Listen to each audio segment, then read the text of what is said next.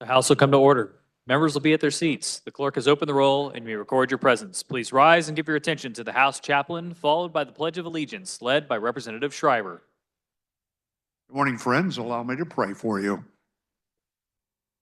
Father, you are indeed a good and gracious God, bestowing goodness on all your people according to your loving kindness. We continually are grateful for the security we find in a personal relationship with you. We do live in interesting days. Some things are changing, which tends to make us a bit uncomfortable at times.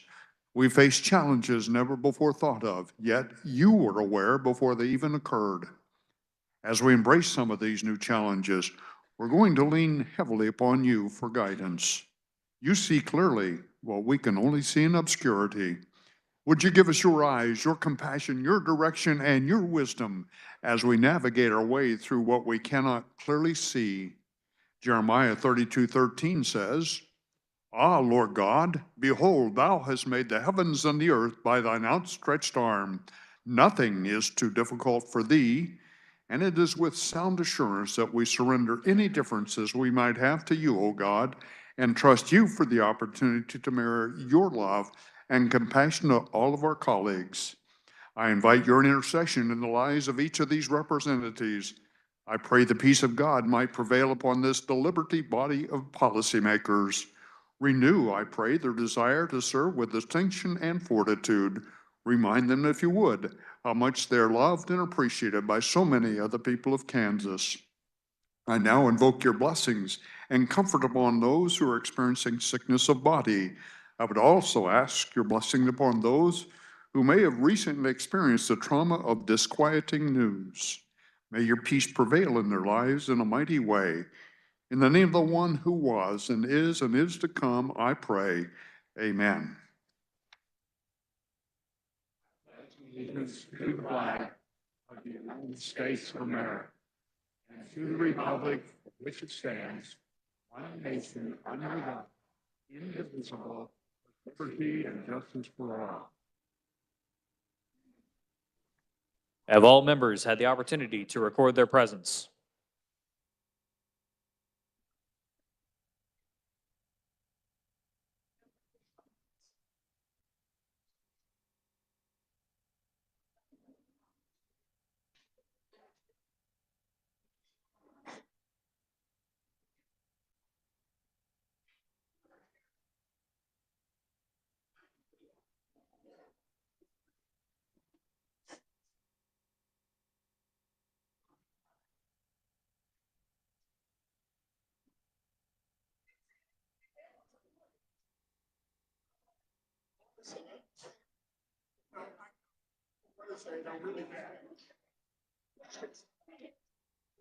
The clerk will close the roll and record the attendance.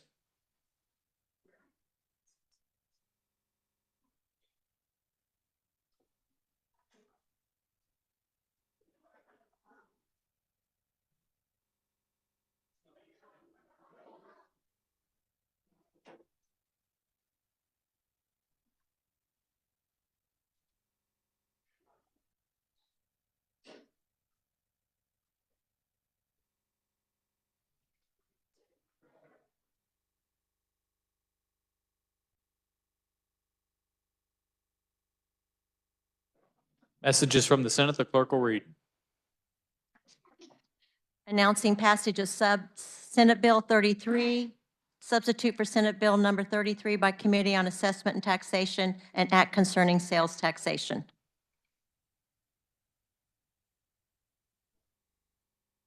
The Speaker recognizes Majority Leader Croft for a motion to accede.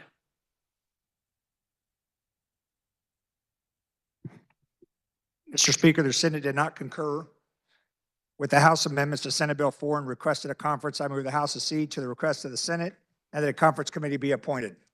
You've heard the motion. All in favor signify by saying aye. All opposed, no. The ayes appear to have it. The ayes do have it. The motion passes. As conferees on part of the House, the Speaker appoints Representatives Proctor, Wagner, and Haskins. The Speaker recognizes Majority Leader Croft for a motion to resolve into the Committee of the Whole. Mr. Speaker, I move the House resolve itself into the Committee of the Whole for the purpose of considering those items on the heading of general orders. You've all heard the motion. All those in favor signify by saying aye. All opposed, no. The ayes have it. The motion carries. The Speaker appoints Representative Laura Williams to chair the Committee of the Whole.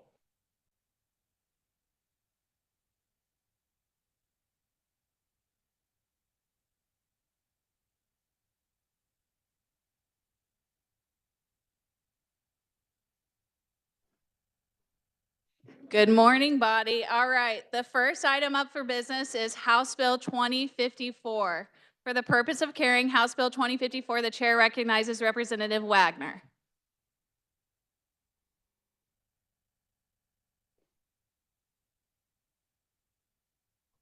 It's on. All right. All right. Thank you, Madam Chairman. There were committee amendments, and I move adoption of the committee report. You've heard the motion. All in favor signify by saying aye. Opposed, no. The motion passes and the committee report is adopted. Please continue. Thank you, Madam Chairman.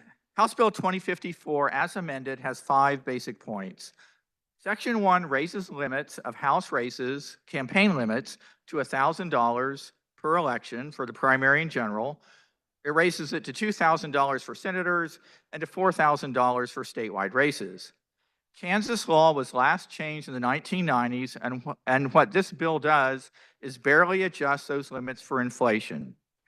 In committee, there was testimony presented that Kansas actually, its current limits are in the bottom tier of all campaign limits across the 50 states. The U.S. Supreme Court has clearly stated in cases, for example, in both Vermont and Alaska, that limits like Kansas currently has are unconstitutional and specifically violate the First Amendment. The second major change is that we struck provisions of KSA 254153 that limit donations to state party campaign committees. Since the 2010 Citizens United ruling, there have not been limits on unions, corporations, or PACs, and this change that we make in House Bill 2054 merely gives political parties the same level of contribution limits and puts them on a stronger footing in fundraising and campaigns. Money flows into campaigns regardless of what direction, and this change keeps it more transparent and subject to the broader interest of a party and less the narrower interest of PACs or corporations. Section 3, or the third major change, is that the bill in Part F allows parties to coordinate with their candidates, again raising the profile of our party, names and brands over against outside groups that can run parallel campaigns but cannot coordinate directly with candidates. The fourth part of House Bill 2054 is a new section in G that mirrors federal law, where donors can just write one check for a campaign rather than having to write a separate one for both the primary and the general. It can simplify fundraising, and you are not permitted, however, to spend the money that is raised for the general election. You merely have to keep it separate, either through a basic bookkeeping or otherwise keeping the money distinct. Literal cash contributions, kind of the finer and probably the smallest part, is at the bottom of the bill. Literal cash contributions, and this is actually when someone gives you cash.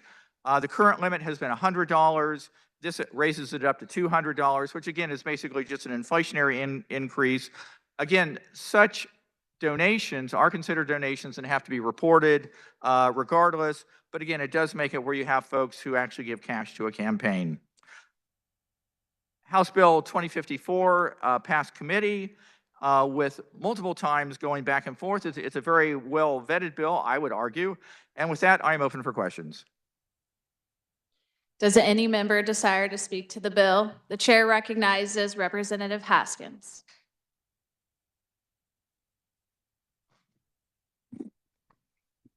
Thank you, Madam Chair. Good morning, colleagues. And we have a full gallery up there too. So good morning to our studio audience up there. House Bill 2054 is carried by the representative, is presented to you rather well. I do have concerns as I look at the class of students that maybe we're not giving 100% attention to it, because this has major impact on politics in Kansas as we know it. It was mentioned that our contribution limits that we have in place right now are unconstitutional. The fact is that hasn't been determined It's a comparison to what the federal government has identified related to PACs. But more importantly, it needs to be noted that specifically party committees have two elements to their contributions. One is the cash contribution. The second is coordination, in which a party committee like the Kansans to elect a Democratic House or the Kansas House Republicans can actually meet with the candidate and work out how we can best get them elected. PACs cannot. The courts have determined that that coordination is an example of freedom of speech, just like contributions are. I have given this bill a lot of thought, and I apologize to my caucus because I didn't when we first heard it. You might recall we debated this. It passed with an amendment that didn't make any sense. We have the author of the original Campaign Finance Act in 1990 here on the Democrat side, and perhaps he can come up and explain. That was the last time we adjusted the contribution limits. And would you believe it if I told you that in 1990, they actually reduced the amount, not increase it? Imagine what that type of body, what they thought and prioritized. That if we truly want to get money out of politics, they took the steps to do that. But today's a different market. What was worth $500 in 1990 doesn't buy the same thing today. And so an increase in contribution limits does make sense. The important thing to keep in mind is the special report, the special committee report that was done to explore it back in 2023 came back with the recommendation to increase contribution limits, but don't eliminate contribution limits. In fact, several of the proponents said if you do increase it, please take time because it has impacts that we don't see right now. And that brings me to some of my concerns. Let's keep in mind that when we have contribution limits or we get donations from the public or from special interests, there needs to be a degree of accountability. This bill effectively makes it easier for individuals to give money. The coordination that I defined is not in the bill. It was in a previous bill, buried in Section 6, in the bill that was just going to change the name of the Kansas Commission Ethics.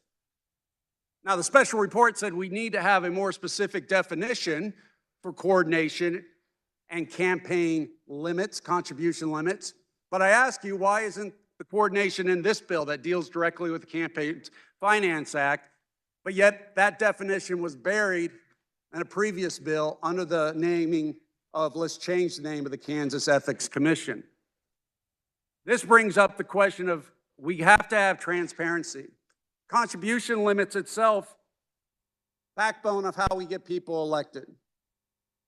Once you have that campaign finance limits, they exist to control any type of corruption, any type of misgivings with the money, to prevent just a floodgate to open up and give dollars. These are things that we have to take into consideration, and I'm concerned that this bill has not done enough, that we are working this so fastly, so quickly, that in the last election committee, House election committee, we made an amendment that wasn't brought up that changed the publishing of this on the Kansas Register, not for the statute book. The Kansas Register is significant because as soon as we adjourn, my understanding is this goes into law. Why the urgency? Why do we speed this through? Let's consider the electoral competition. There are research, and I'm a professor, of course I did my research, that contribution limits actually foster competition. It gives a challenger the fighting chance. We made the argument before that incumbents have money. And if incumbents have more money, they can reserve their slot for as long as they want. But also keep in mind that incumbents have name recognition. Incumbents have the benefit of gerrymandering. If there is someone who wants to run for office, maybe one of these young students up here, This law prevents them to have a fair shot because there are unlimited contributions. You know, Maslow will say we are motivated by wants, not needs. For a satisfied want is no longer a motivator. We all want money. It's part of our culture. Some of us want it more. But we can't allow money to prevent one of these young individuals up here to decide to run for office. Also, I will mention it to you on the floor. If you ever imagine that you one day want to be a chair of some committee, you better start raising money. These contribution limits also impact you and where we're at right now. We should not rush this through. The last thing I would like to talk about is when we eliminate contribution limits, we start talking about voter trust. If they do not have the chance to vote for one of these individuals up in the gallery because they can't afford it, you are effectively suppressing votes. You are not giving them the chance, our Kansans, to decide who they want in office. Contribution limits needs to have thought behind it, not rush through right as soon as we get done with the session. If we continue to lose the public trust, what are we? What are we to do? Let me ask you this, if you will let me. When was the last time you went on the campaign trail, knocked on the door, and the person on the other side, when you asked, what can I do for you? They turned around and said, you know what? If I can give you more money, that's what I would like to do. I don't recall that being something that we ran on in our campaign. But yet, here it is, so significant that we have to run it twice. We didn't get it right the first time, so we cleaned it up. And the cleanup was an amendment that prevented what they worried about to ever happen. Let's not go into the fact you now have to have a dual accounting system to track the $2,000, because that $2,000 could go to the primary and carry over to the general election. There are too many questions. I'll leave you with this, because I have always said I try really hard to be fair. I get teased a lot about being too nice. I don't know how else to be. But what I will tell you is that we recognize that this is important, that this has gains on both sides. And we do recognize that there needs to be an increase in contribution limits. So there I have an amendment.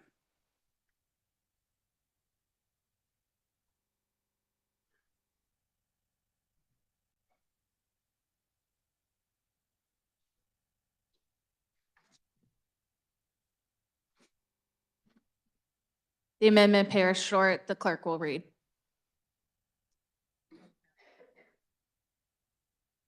As amended by House Committee on page 2 in line 17, before any, by inserting the aggregate amount contributed to any recognized party committee, except a state party committee by a person other than a national party committee, shall not exceed $15,000 in each calendar year. The aggregate amount contributed to any recognized party committee, except a state party committee by a national party committee, shall not exceed $30,000 in any calendar year. The aggregate amount contributed to a recognized party committee, except a state party committee by a political committee, shall not exceed $15,000 in any calendar year. E, and by redesignating subsections, paragraphs, subparagraphs, and clauses accordingly. Would the carrier like to explain their amendment further? Yes, Madam Chair, thank you very much. So this amendment does add contribution limits, but only on one category. And that's the category that the Ethics Commission Secretary of State identify as the recognized party committee. Or for us, it's the Kansas Republican, House Republican Committee, and the Kansans to elect a House Democrat or House Democrats. It's our party committee specifically. It's not state party like the Kansas Democratic Party. It's not national party. It doesn't even impact county. It's just us. I'm a big believer in conflict of interest. Obviously, I try to demonstrate that all the time.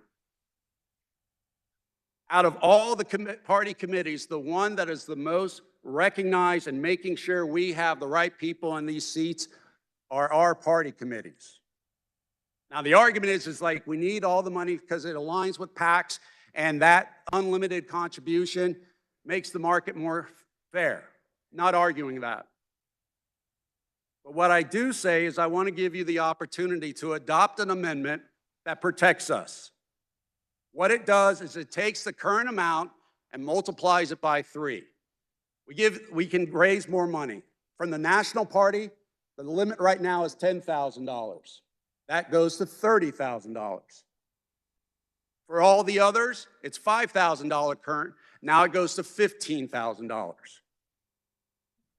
This is the time in which we can state we recognize that there are issues that could, for whatever reason, be deemed by the ethics commissioner as unethical.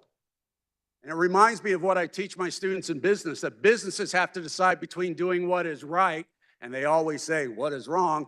The answer is what is possible.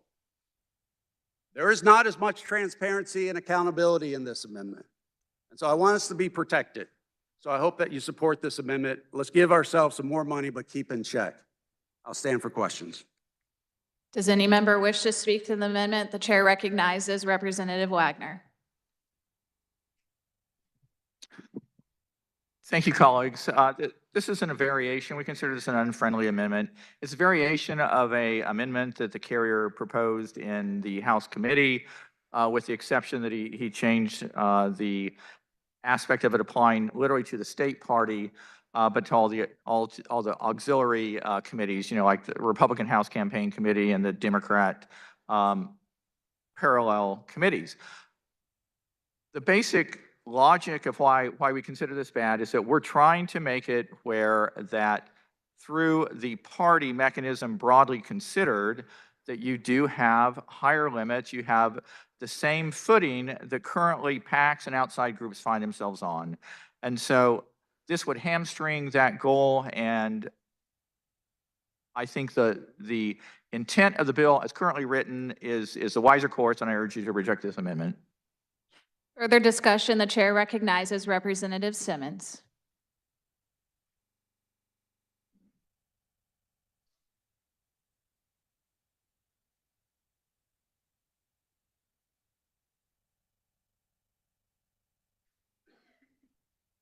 Hi, thank you. This bill is about coordination, and by capping what parties can do, we limit the ability for parties to weaponize the money that they have and the power that they have against you if you upset them. I think all of us have watched what happens when you vote against what your party wants, and if you do it repeatedly, it puts a target on your back. And the underlying bill allows the party to coordinate with all kinds of outside influences to push you out of office. And this amendment simply curbs their ability to do so and restores the power of the vote to Kansans and to you as an individual legislator, separate from your leadership's demands. I encourage you to support this amendment. Thank you. For further discussion, the chair recognizes Representative Sawyer.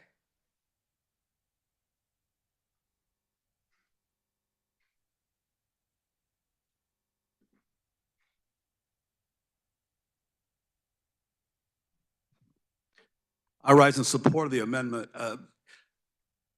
My problem with the underlying bill is the section that this amendment addresses. Back in '90, when we passed this legislation, the limits on House contributions were $750. That's how much we could receive. Statewide candidates could receive $3,000. Senators could also receive $750.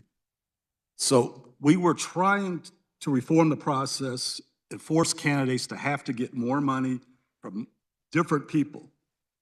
We wanted people to have a broad base of support. We didn't want one group to have too much influence. So that's why we lowered the contribution limits.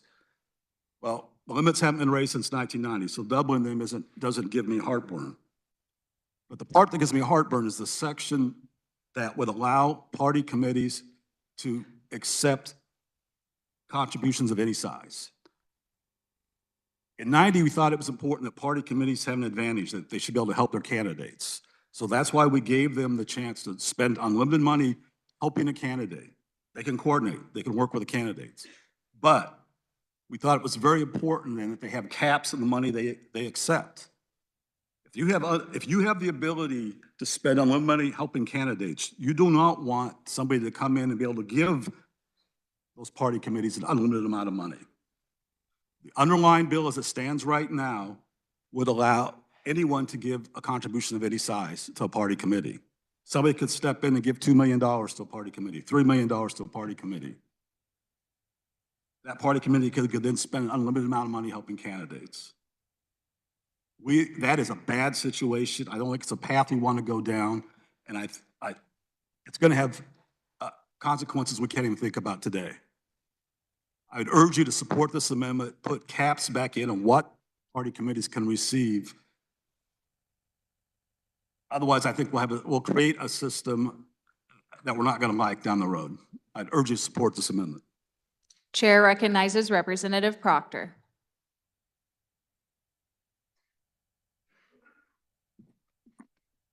Thank you, Madam Chair, and thank you to the representative from Wichita for his comments. I understand what they were trying to do in 1990, and I think that the unintended consequence of what they tried to do in 1990 is to make PACs the dominant political voice in Kansas politics. Right now, PACs can take unlimited money. They can, somebody can set up a nonprofit. The nonprofit, with no disclosure of their donors, can give unlimited amount of monies to a PAC, and then the PAC can spend unlimited amount of money on a candidate's campaign. They just can't talk to the candidate about what they're doing. The intent of this bill is to correct that problem. The underlying bill is to make parties more powerful than PACs.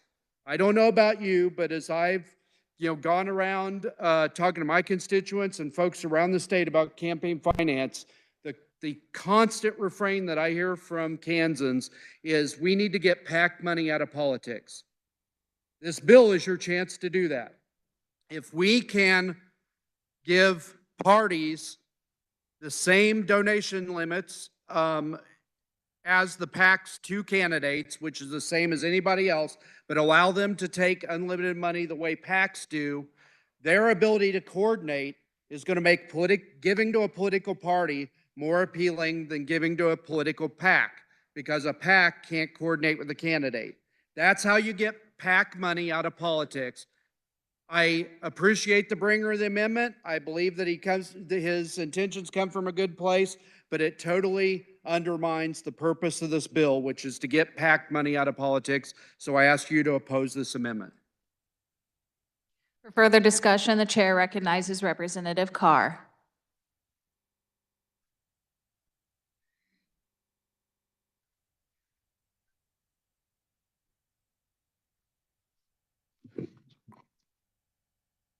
Thank you, Madam Speaker. I think all of us at some point have heard constituents and others complain about whether or not politicians are being bought. That was one of the first things that some people, my own constituents, said to me. Some of the first words out of their mouths were that I was running and entering politics because I was being bought. I'd sold out. I rise in support of this amendment because for me, it is refreshing to know that it's not just me, that it also includes other politicians, other sitting politicians that don't want our elections to be up for sale. They don't want our politicians to be purchased. And I hope that you'll support me in supporting this amendment and recognize that politicians should never be for sale. Seeing no further discussion, Representative Haskins, you may close. Oh, I'm sorry. For further discussion, the chair recognizes Representative Ballard.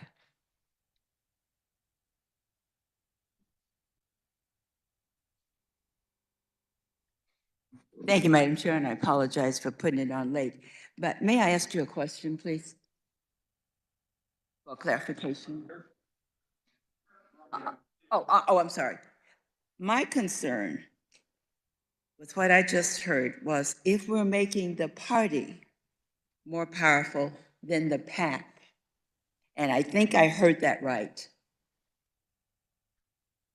My concern would be then the party can decide how much money an individual person could receive, and you could actually give them less and get them out of your party. And I hadn't thought of that until he made that comment, because then if you control the money, you control who runs and who doesn't run, and who you will primary and who you will not primary, where the PACs is giving to either one. And they could do the same thing, but what's the difference if the party is going to do what you fear the PACs would do? I will support the amendment. Speaking for a second time, the chair recognizes Representative Proctor. Thank you, Madam Chair. To the previous speaker from Lawrence, this bill, as amended in committee, limits how much money a party committee and a PAC and an individual can give to a candidate to the same amount. So the same limits that apply to a individual donor to a candidate are going to be the limits to a party, are going to be the limits that a PAC can give to a candidate. So just wanted to correct the record here so everybody understood what they're voting on. Thank you, Madam Chair. All right, seeing no further discussion, Representative Haskins, you may close on your amendment. Pretty sure. Last call. Last call. Thank you, Madam Chair. Folks, I appreciate the discussion on this. A couple of points to clarify, especially those that are in the gallery that may not know. You know, a PAC is a political action committee. It's separate than a party committee. The big difference between a PAC and a party committee, PACs can right now get unlimited funds, but they can't coordinate. Currently, party committees can only get limited amount of funds, but they can coordinate. So my question to everybody is, if party committees can now get unlimited funds and we want to get PACs out of politics, what's the difference? Party committees can now coordinate and strengthen. And with respect to the chair of the committee, I believe what my colleague from Lawrence was saying is that, yes, they can only get $2,000, but they can also indirectly fund and coordination. And that indirect funding is unlimited. So if you are not voting the certain way and the party wants to make a change, that's still very much a factor. So let's protect ourselves. Let's adopt the amendment and we can move on. I move my amendment. You've heard the motion by Representative Haskins to amend. All those in favor signify by saying aye. Opposed, no. The noes appear to have it. The noes do have it. Division has been called. Division has been called. The clerk will open the roll and you may vote. Seeing roll call, seeing 15 hands, a roll call is in order.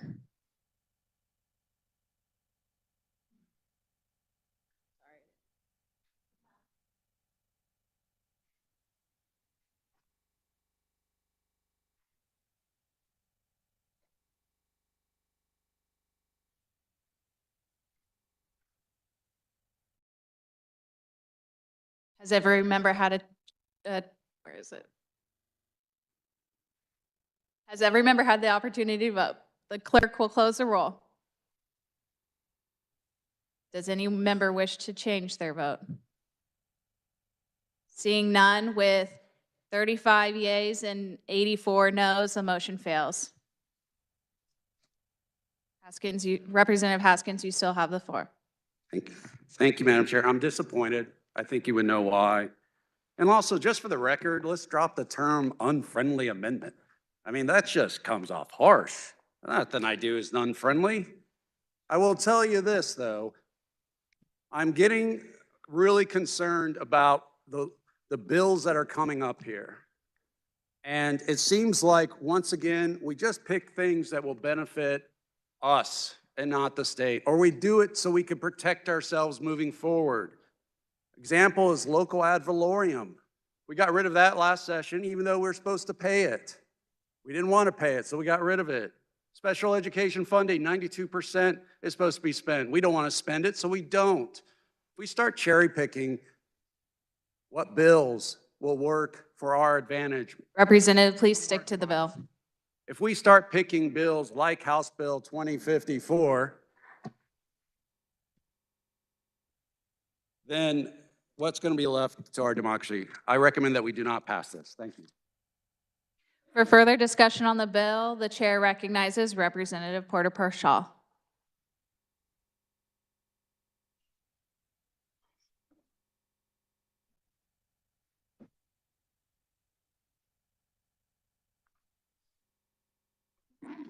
Thank you, Madam Chair.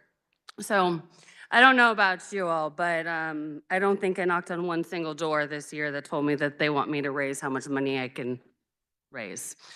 But I did hear about property taxes, the issues with small town pharmacies closing, and the overreaching health department that just quarantined a 14-year-old girl in Harvey County for 21 days. So those are the issues that I think we should be taking up. Instead, we're taking up raising contributions to campaigns, which actually I'm not opposed to if we're all unlimited. Representative, please stick to the bill. I was talking about it. I'm not opposed to raising the contributions. What I am opposed to is giving the parties unlimited say, unlimited ability to raise funds, and the fact that what most people in this room don't realize, one thing the party does have is the mail-in DISHA. So right now you're paying 60 cents a mailer. The party can cover it for 28 cents for you. You know how many more mailers are gonna be going out on that? So you basically just turned our parties into super PACs with this bill, which is absolutely insane. But I think the bigger issue is when you have primary candidates going up against each other and raising equal funds, and then a PAC jumps in and spends $167,000, I think, total, against a state Senate candidate because they can raise unlimited funds, then we have issues. Because you have somebody who raised $35,000, somebody raised $40,000, and then you have the PACs going in. And they tend to favor one side, and it's the side that usually says yes. So, with that, I have an amendment.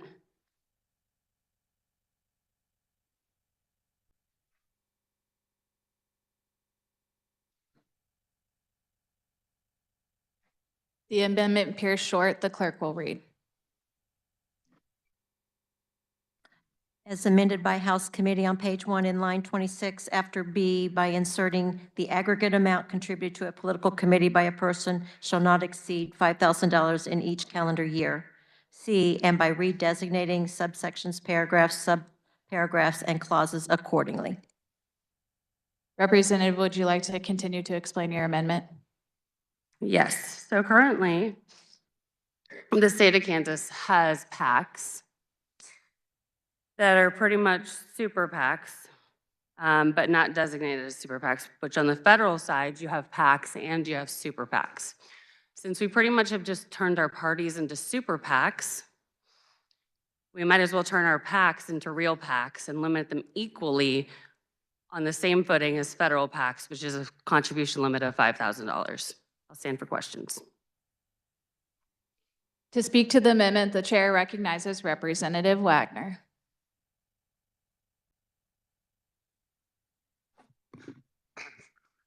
Colleagues, the U.S. Supreme Court in the 2010 Citizens United ruling said that you cannot limit what individuals contribute for political speech. This bill, or this amendment as written, is just plainly unconstitutional, and I would urge you to obviously vote it down. Thank you. For further discussion, the chair recognizes Representative Haskins.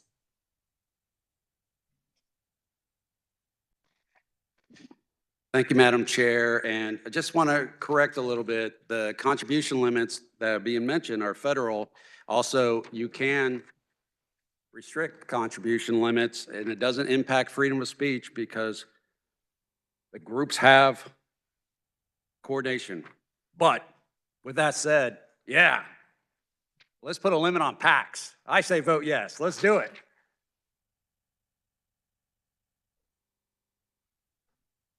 Seeing no further discussion, Representative, you may close on your amendment. Okay, so the last time I checked, the carrier of the bill is not a constitutional attorney. But the fact is that we are not limiting contributions because individuals can still contribute unlimited. They just have to register with the ethics. And also the party committees. So you have party committees and you have contributions by a person other than a candidate or committee, which is also a way that a lot of money funnels into the state. And additionally, the chair of the elections committee did just say the purpose of this bill is to limit the amount of money spent by PACs in politics. So with that, I move my amendment. You've heard the motion by Representative Porter Paul Shaw to amend. All those in favor signify by saying aye. Opposed, no. Divisions appear to have it. The noes do have it. Division's been called. Clerk will open the roll. Seeing 15 hands, a roll call is in order. The clerk will open the roll and you may record your vote.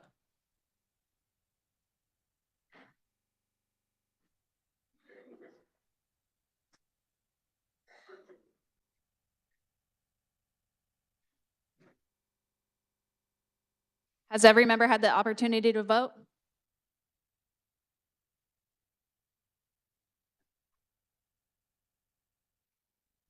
The clerk will close the roll. Does any member wish to change their vote? With 40 yeses and 78 noes, the motion fails. Back on the bill. Representative Parshall, would you like to continue?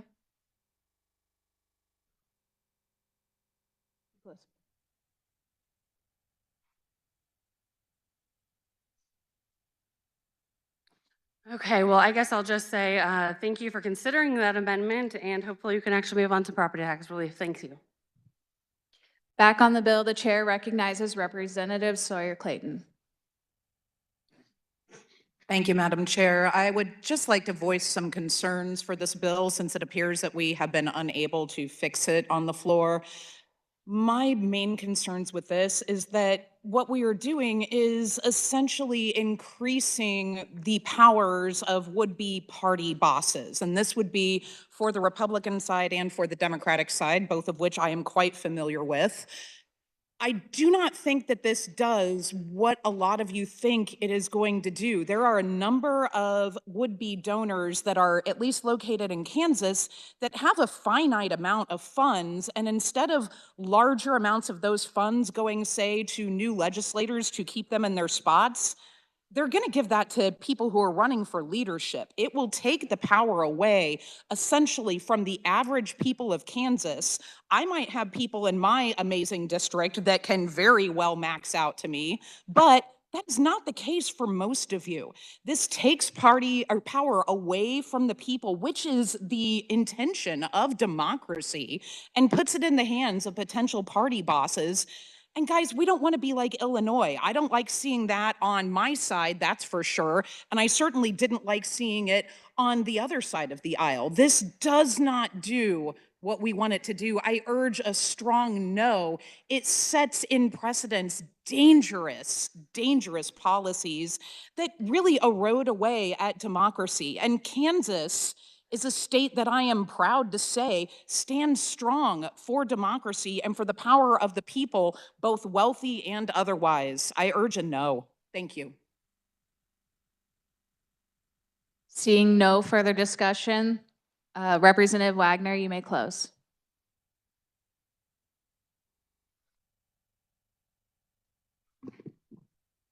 Colleagues, campaign finance can always be a somewhat, I don't say controversial issue, but it can also be something where folks can tend to get on their high horses and do a lot of kind of virtue signaling on this. I would say the reality is the same bill that applies to both parties, to all party committees. It doesn't necessarily favor one party over the other. I'm a little bit shocked also about the notion of the example of what Kansas did in 1990.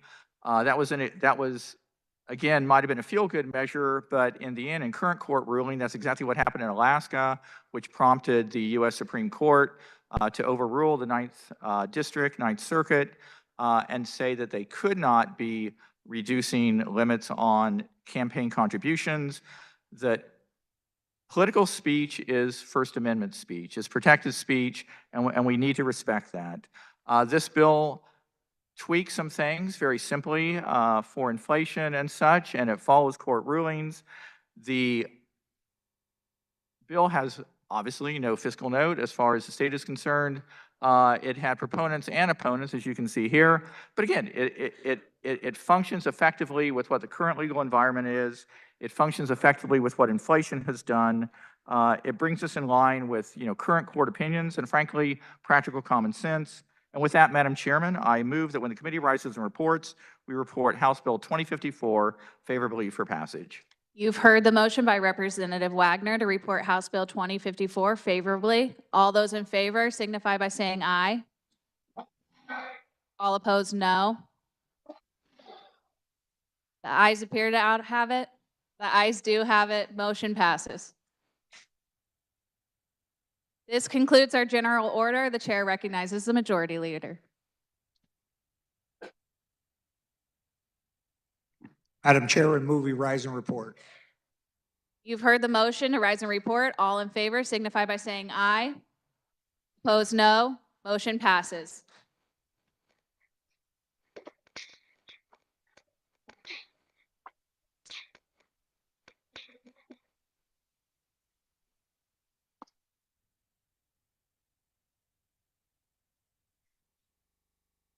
The clerk will read the committee report.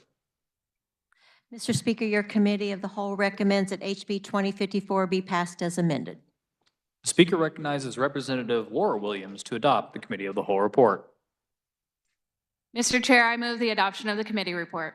You've heard the motion to adopt the committee report. All in favor signify by saying aye. All opposed, no. The ayes have it, and the committee report is adopted.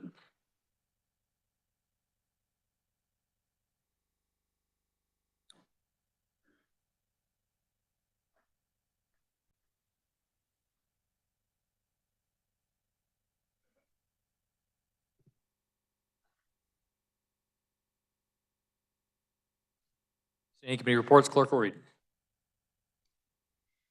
The Committee on Taxation recommends HCR 5011 be amended and the resolution be adopted as amended. The Committee on Education recommends SB 50 be amended and the bill be passed as amended. Committee on Taxation recommends HB 2098 be passed. The Committee on Federal and State Affairs recommends HB 2376 be amended and the bill be passed as amended. The Committee on Federal and State Affairs recommends HCR 5001 be adopted. The Committee on Energy, Utilities, and Telecommunication recommends SB 92 be amended and the bill be passed as amended. The Committee on Local Government recommends SB 104 be passed. The Committee on Local Government recommends SB 7 be passed. Are there announcements? Representative O'Hobson replaces Representative Meyer on the House Committee on Health and Human Services on Monday, March 3rd. This appointment will expire at the end of the day on Monday. Representative Brownlee Page replaces Representative Meyer on the House Committee on Insurance on Monday, March 3rd. This appointment will expire at the end of the day on Monday. Speaker recognizes Representative Luis Ruiz.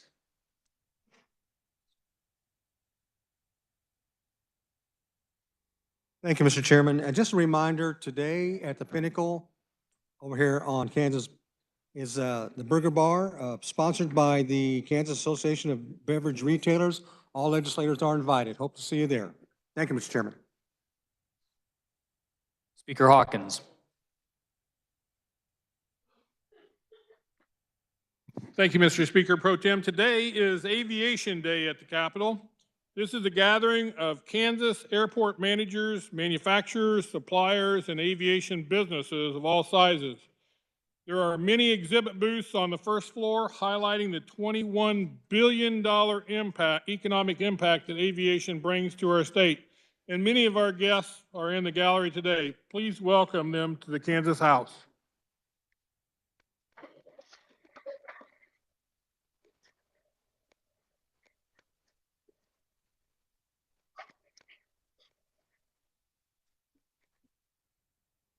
Representative Stockstill.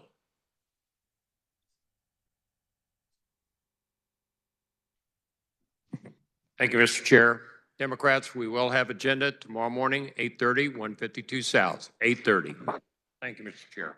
Representative Kessler.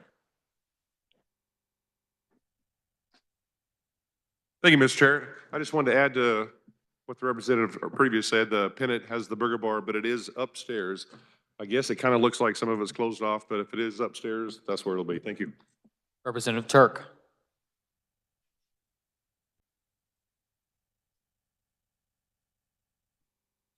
I was told to say or start this off with something about Commerce fans, but that just sounds ridiculous.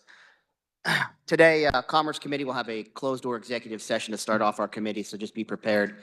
Electronic devices will be left outside of the committee. Thank you. Representative Thompson. Veterans Committee will meet this afternoon at 12 o'clock, 218 North. Veterans Caucus, 218 North. Representative Berquist.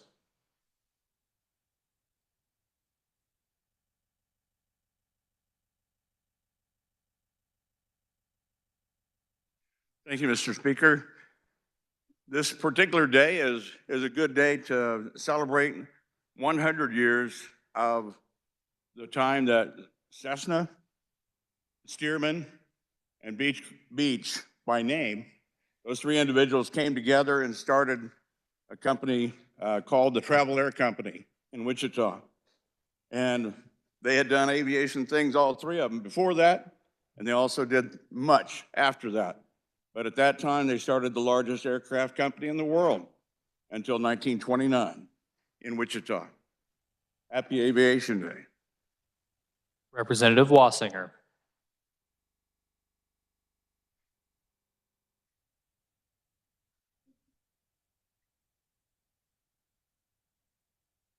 All clear members, we have a clear lunch today down on the first floor. I think it's 159. Anyway, it's right next to 151. We'll see you there. It's barbecue today.